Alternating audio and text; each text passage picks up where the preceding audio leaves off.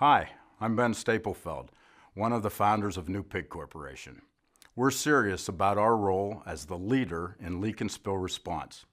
Your training needs led us to produce this and other videos relating to hazmat spill response. Extensive research and planning went into this video called Spill Drill. We hope it becomes an important part of your spill response training program. Let us know what you think. And now, Spill Drill.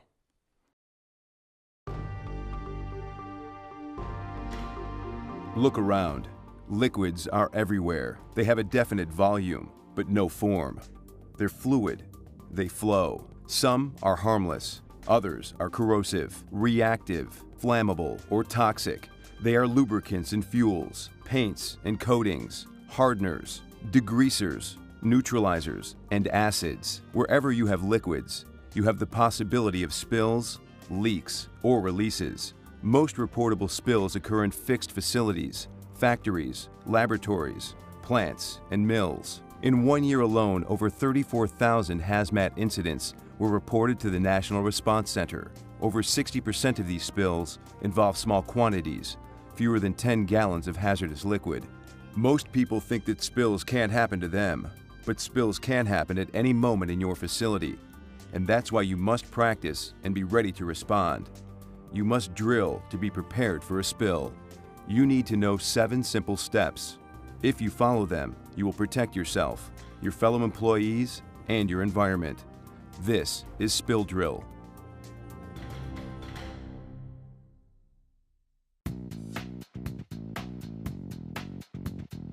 When a spill occurs, you have to be prepared. Start with familiarizing yourself with the facility's contingency or emergency response plan. You must be aware of the spill potential in your plant. Every minute is critical to keep everyone safe. Since no two incidents are alike, you have to be ready to take quick action. Response to a hazmat spill requires each of these essential steps. Assess the risk. Protect yourself. Stop the source. Confine the spill. Clean up. Decontaminate, and report. Assessing the risk is a continuous work, not only just to address the level of protection and respiratory protection, but also throughout the cleanup, throughout the decontamination. This is a process that never stops. The first step, assessing the risk, begins the moment a spill occurs. You must recognize the potential dangers and act immediately. Sometimes, no one is present when a leak occurs. The instant you discover it, you will begin to assess the risk the spill represents. When you notice the spill, ask yourself these questions. What substances are involved? How much liquid has spilled? How dangerous is it? Does it represent risks to life, property, or the environment? It is essential that the spilled substance be identified and any complicating factors recognized. You must recognize what you can and cannot safely do. As you work on spills, things will be changing. The dangers may lessen or they may increase. Risk assessment should be constant. This is very important. But before you take action, make sure you are protected.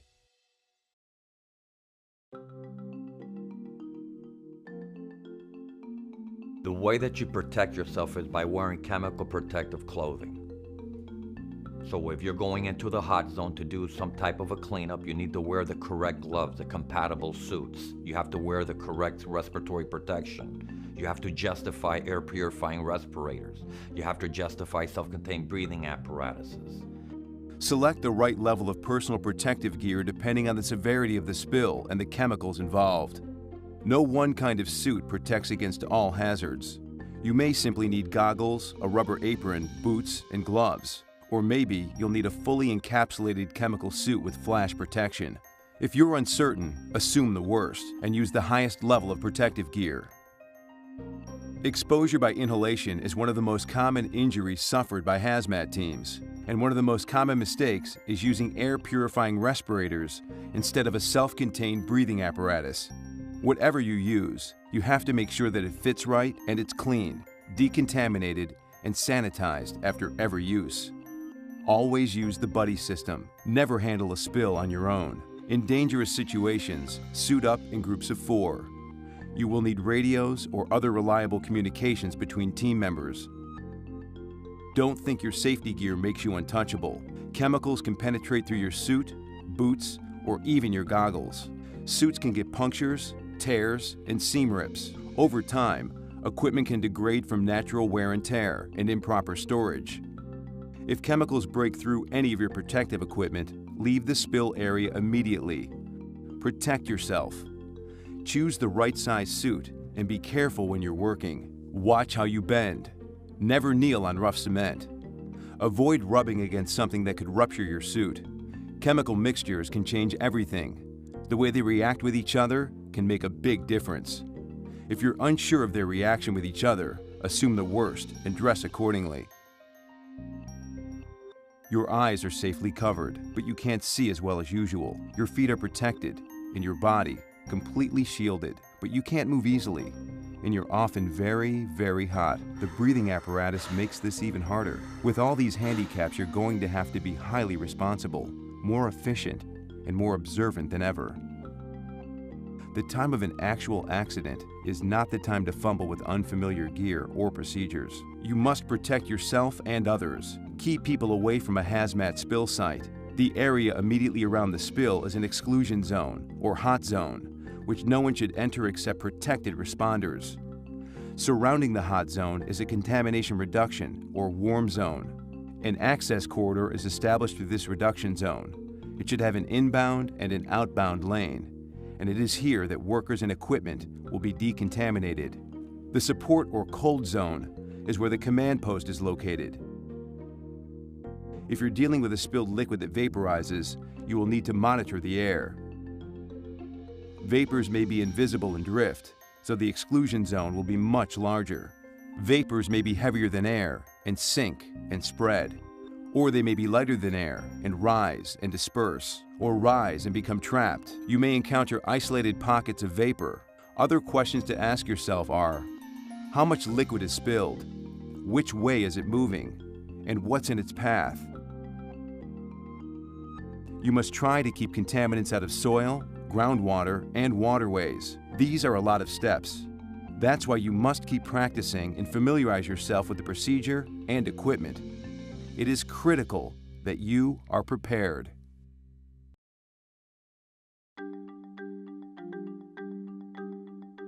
After assessing risk and dressing appropriately for the hazards, you've now contained the spill.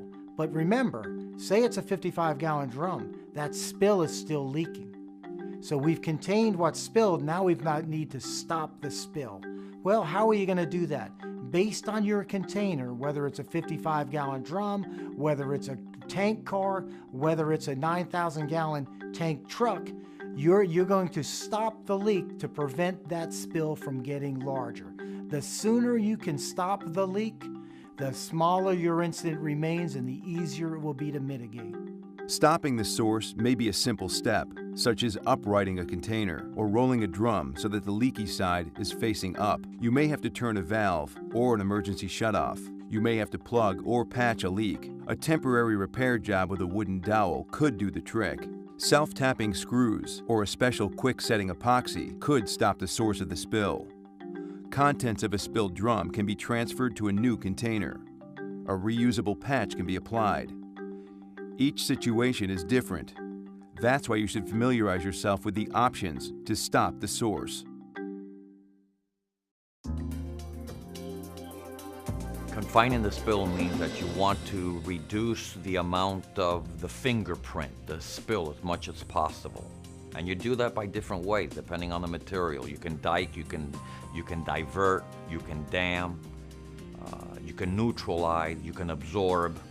These are all different types of supplies that you need on hand for you to be able to perform this function.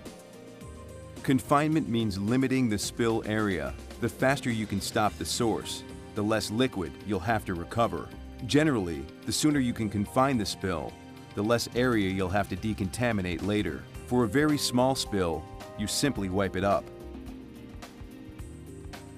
For a larger spill, confinement might mean diking, damming, diverting, or otherwise confining the liquid to keep it from spreading. The key to successful spill response is having the right equipment on hand and knowing how to use that equipment when a spill occurs.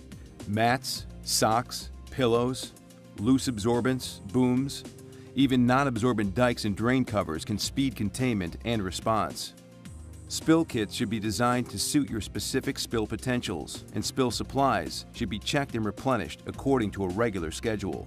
To confine a spill, you generally start at the furthest point. A dam made of absorbent socks effectively stops liquid and at the same time makes the recovery process easier. Be sure to overlap absorbent socks in such a way that the overlap is to the outside of the flow. Otherwise, leakage could occur. It is important that your diking material be heavy enough. A strong liquid flow or large amount of liquid may require a secondary containment line. A non-absorbent dike is heavy, contains the flow, but does not absorb the liquid. As a rule of thumb, a dike's height should be twice the depth of the spill. A dike's base width should be 4 times the depth of the spill. A common mistake is trying to employ a dike too close to a moving spill. Give yourself a little distance. You don't want spilled liquid to reach the dike line before the dike can be finished. Confining the spill is critical to prevent the liquid from spreading to other parts of the facility and keep you and others safe. You must be prepared to confine the spill.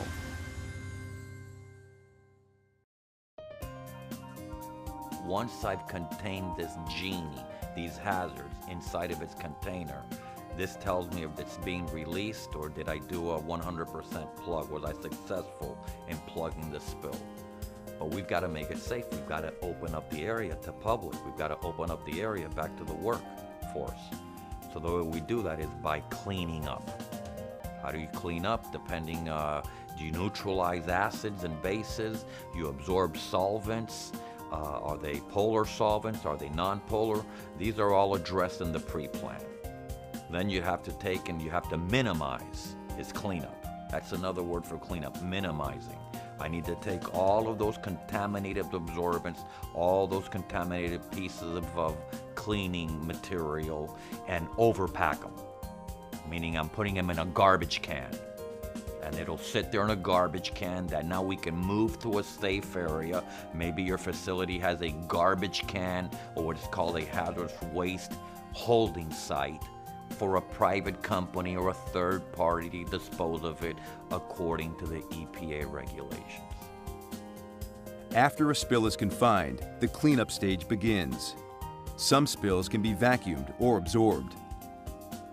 Be careful not to step in the liquid. Always minimize contamination. There are recommended procedures and guidelines, but usually there isn't just one right way to get the job done. Take overpacking. There's the inverted technique, the roll method, and others. Whichever technique you use, remember, the goal is to prevent the spread of hazmat contamination.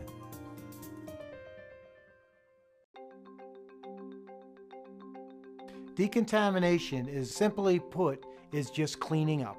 Cleaning up people, cleaning up equipment. How do you do that? Based on your risk assessment, you'll know how to properly clean up. Decontamination is the removal or neutralizing of hazmat materials that have accumulated on people and equipment. The first step to decontamination is prevention.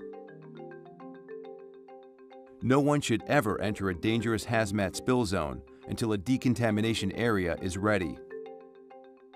You may have to remove and dispose of clothing, or thoroughly scrub and rinse yourself with soap and water, or a chemical neutralizing solution. Decontamination techniques should be practiced so that you are best prepared when a hazmat spill occurs.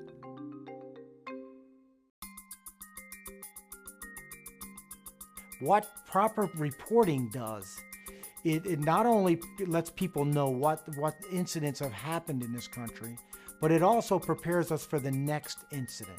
We take the information from this spill, we take the lessons learned, and we build an SOP that tries to prevent this from happening again. Hazmat dangers cannot be ignored. Be certain you follow all local, state, and federal reporting requirements, for there could be penalties for neglecting this. The law also requires annual training for every hazmat spill responder. There are a few other factors you could have to consider. The spill site must be evacuated and safely cordoned off. Check on and off the site to see if someone was affected by the chemical, heat, or vapors. If you find someone, evacuate them through your decontamination and control zone. Look around for other complicated factors, such as open flames, heat or ignition sources, vapors, fumes, ventilation fans, wind direction, open drains, pressurized containers, strange noises, or anything else unusual. Be sure you spill drill. Schedule regular practice drills. Take each drill seriously because it may cost you or your friend a life. When a spill occurs, just remember the 7 steps that you practice in the spill drill. Assess the risk. Protect yourself. Stop the source. Confine the spill. Clean up. Decontaminate. And report. The more practice you have, the better those decisions will be. Hazmat responders have a big responsibility to themselves, their fellow employees, and the community. So don't respond without practice. Be prepared.